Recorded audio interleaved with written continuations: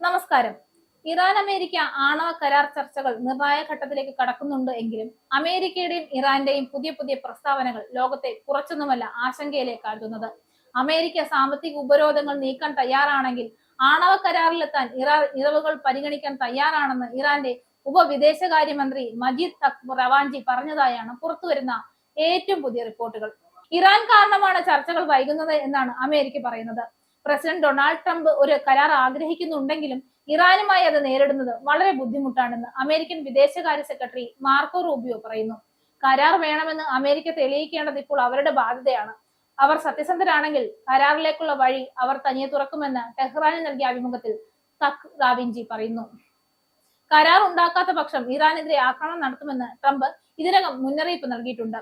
യുദ്ധത്തിനുള്ള മുന്നറിയിപ്പ് നൽകുക മാത്രമല്ല, ഒരു പടി കൂടി കടന്ന് പ്രതിരോധ മേഖലയിൽ സൈനിക സാന്നിധ്യം വർദ്ധിപ്പിക്കുക കൂടി അമേരിക്ക ചെയ്തു. കഴിഞ്ഞ മാസം നടന്ന രാജ്യവ്യാപക പ്രതിഷേധങ്ങൾ ഇറാൻ കടുത്ത രീതിയിൽ അടിച്ചമർത്തിയിരുന്നു. മനുഷ്യാവകാശ സംഘടനകൾ പറയുന്നതനുസരിച്ച് ആയിരങ്ങളാണ് ഈ പ്രതിഷേധങ്ങളിൽ ഇവിടെ കൊല്ലപ്പെട്ടത്. ഫെബ്രുവരി തുടക്കത്തിൽ ഗൾഫ് രാജ്യമായ ഒമാനിൽ ഇറാനും അമേരിക്കയും പരോക്ഷ ചർച്ചകൾ നടത്തിയിരുന്നു. ഇനി അടുത്ത റൗണ്ട് ജനീവയിലാണ്. ഇത് തഖ്ത് റാവിഞ്ചി സ്ഥിരീകരിക്കുകയും ചെയ്തിട്ടുണ്ട്.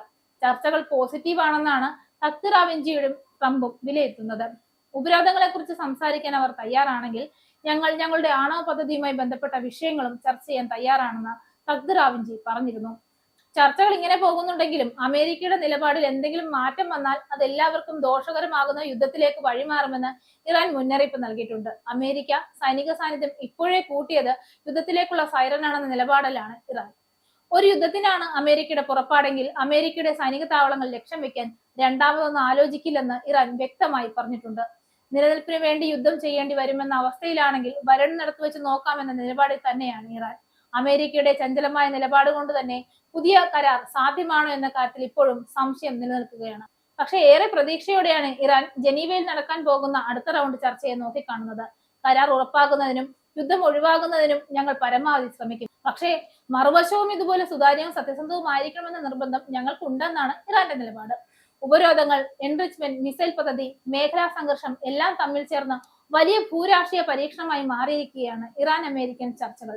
ഇനിയുള്ള ദിവസങ്ങളിൽ ജനീവയിൽ നടക്കാനിരിക്കുന്ന ചർച്ചകൾ ഈ പ്രതിസന്ധിക്ക് പരിഹാരമാകുമോ, ഒരു യുദ്ധം ഒഴിവാക്കാനാകുമോ എന്നതാണ് ലോകം ഉറ്റുനോക്കുന്നത്.